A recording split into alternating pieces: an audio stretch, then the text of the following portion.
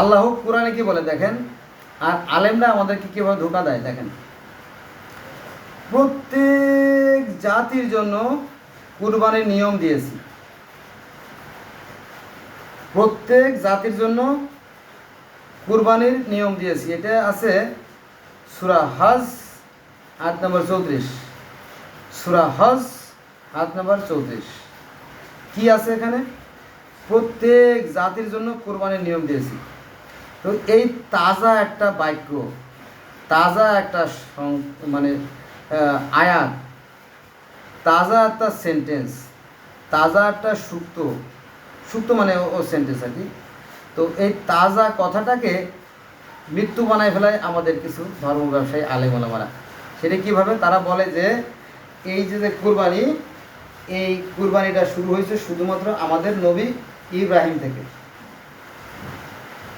মিথ্যে কথা, এগুলো মিথ্যে কথা। কারণ বয়সের দিক থেকে দাবি করে সনাতন ধর্মরা যে আমাদের ধর্মই সর্বপ্রাচীন। তো এই সনাতন ধর্ম আপনার নর বলি, শিশু বলি, অশ্ব বলি, মহেশ বলি, পাঠা বলি, দুম্বা বলি, বলি মানে কুরবানি, এটা ছিল। তারপরে গ্রিক ধর্মেও সেই বলির কথা বলা আছে। জিউস বলছিল যে তোমরা যেগুলো বলি দেবা, এই বলির অর্ধেক মাংস আমরা পাবো আর অর্ধেক তোমরা খাওয়া। এরকম কি আপনার ফান ধর্ম, ডগন ধর্ম, অ্যাজটেক ধর্ম, মায়ান ধর্ম, এরকম পৃথিবীর বিভিন্ন বিভিন্ন ধর্মে দেখবেন যে ওই বলির প্রথা আছে। এই বলির কথা বলা আছে আপনার মিশরীয় ধর্মে। এই গরু জবাইয়ের কথা বলা আছে সেই গিলগামেশের মহাকাব্য, পৃথিবীর প্রথম লিখিত গ্রন্থে। এরকম কি আপনারা জানেন যে আমাদের এই বাংলাদেশে যে পদ্মা সেতু যখন হলো না, যখন পদ্মা সেতু যখন হলো তখন এই যে চীনের জাপানের যে সমস্ত ইঞ্জিনিয়াররা আমাদের এখানে কাজ করেছিল তারাও কিন্তু কি বলি দিছিল, মনে আছে? বলি কথা বলা আছে। আবার যদি আমরা ইসে যাই, বয়সের দিক থেকে আরেকটু দূরে যাই, ওই যে গ্রিক বীর আলেকজান্ডার দ্য গ্রেট, এই আলেকজান্ডার গ্রেট প্রচুর মদ খাইতো, মদ খাইতে খাইতে তো তার লেবার ড্যামেজ হয়ে গেছে, লেবার সেটা তো তখনকার চিকিৎসা বিজ্ঞান তো ওইভাবে বলতে পারে নাই, কিন্তু আমরা এখন জানি যে সে লেবার সিরোসিসে মারা গেছে, লেবার ড্যামেজ হয়ে গেছিলো বেশি মদ খাইলে যেটা হয়। তো এই আলেকজান্ডার দ্য গ্রেট প্রচুর মদ খাইতো, মদ খাওয়ার পরে তার যখন লেবার ড্যামেজ হয়ে গেছে তখন খালি জ্বর,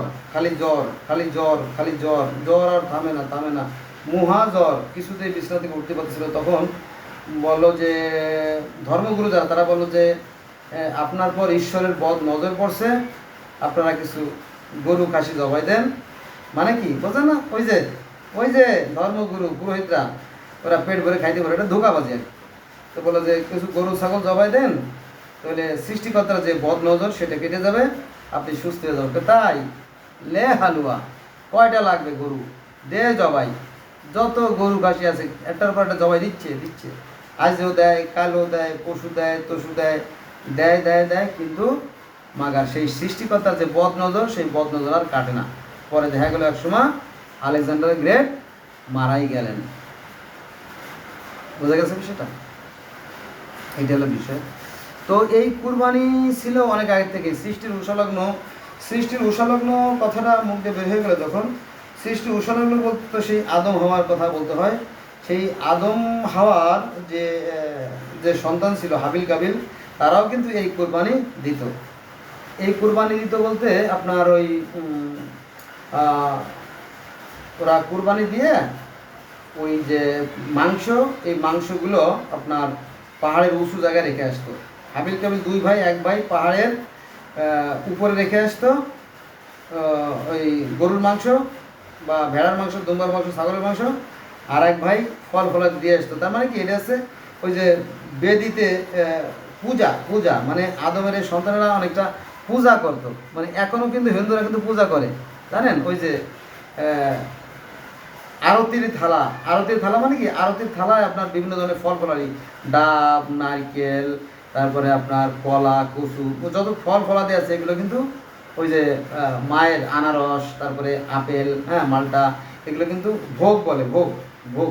এই ভোগগুলো কী করে? উৎসর্গ করে দেবী দেবতার নামে। বোঝা গেছে বিষয়? এইটাই আমরাও কিন্তু মুসলমান এগুলো করি। আমরা মসজিদে যার যার সামর্থ্য অনুযায়ী কেউ দেয় জিলাপি, কেউ দেয় জিলাপি, কেউ দেয় সাদা পায়েস, কেউ দেয় আবার মিষ্টি পায়েস, কেউ দেয় নতুন খেজুর রসের পায়েস, কেউ দেয় গুড়ের পায়েস। এগুলো আমরা মসজিদ দেই কিন্তু। হ্যাঁ, তারপরে আবার যাদের সামর্থ্য বেশি তারা গরু খাসি জবাই দিয়ে আবার দাওয়াত করে বাড়িতে এনে খাওয়ায়। আমরা কিন্তু এভাবে এটা করে থাকি আর এগুলো বিষয়। তো এই যে বলির কথা, এই বলির কথা কিন্তু ইহুদি খ্রিস্টান ধর্মে আছে। সেখানে যে গোল্ডেন কাউ, সেই যে ইসের কথা, জবাইয়ের কাহিনী আছে। তারপরে ইহুদিরা যখন ওই যে মিশরের ফারাও রাজাদের অত্যাচার থেকে যখন ফিরে আসে, যেদিন ফিরে আসে যে রাইতে, সেই রাইতে মুসা আলাইহিস সালাম বলছে তোমরা চলার আগে তোমরা এই খাসি জবাই দেবা, খাসি জবাই দিয়ে এই মাংসগুলোরে ভুনবা, শুকনো শুকনো করে নিয়ে আমরা রওনা দেবো, প্রতিমত আমাদের খাইতে হবে। তারা সেই যে ৩,৫০০ বছর আগে সেই যে মিশর থেকে তারা যে পালাইয়া মাদিয়ান হয়ে সেই কেনানে চলে গেছিল, সেই অনুষ্ঠান তারা আজও পালন করে। বোঝা গেছে?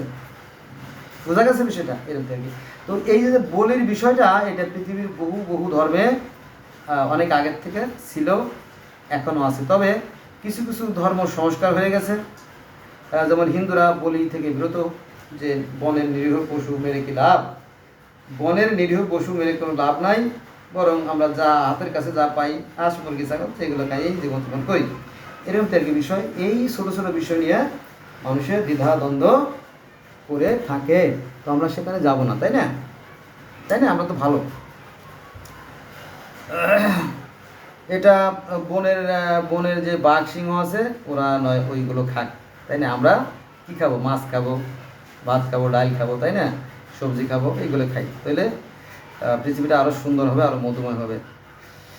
তাহলে এই যে প্রত্যেক জাতির জন্য যে কোরবানির নিয়ম আছে, এটা আমরা দেখতে পাই। পৃথিবীর 200 রাষ্ট্রে যদি যাই, তাহলে দেখা যাবে সেখানে এই বলির কথা আছে।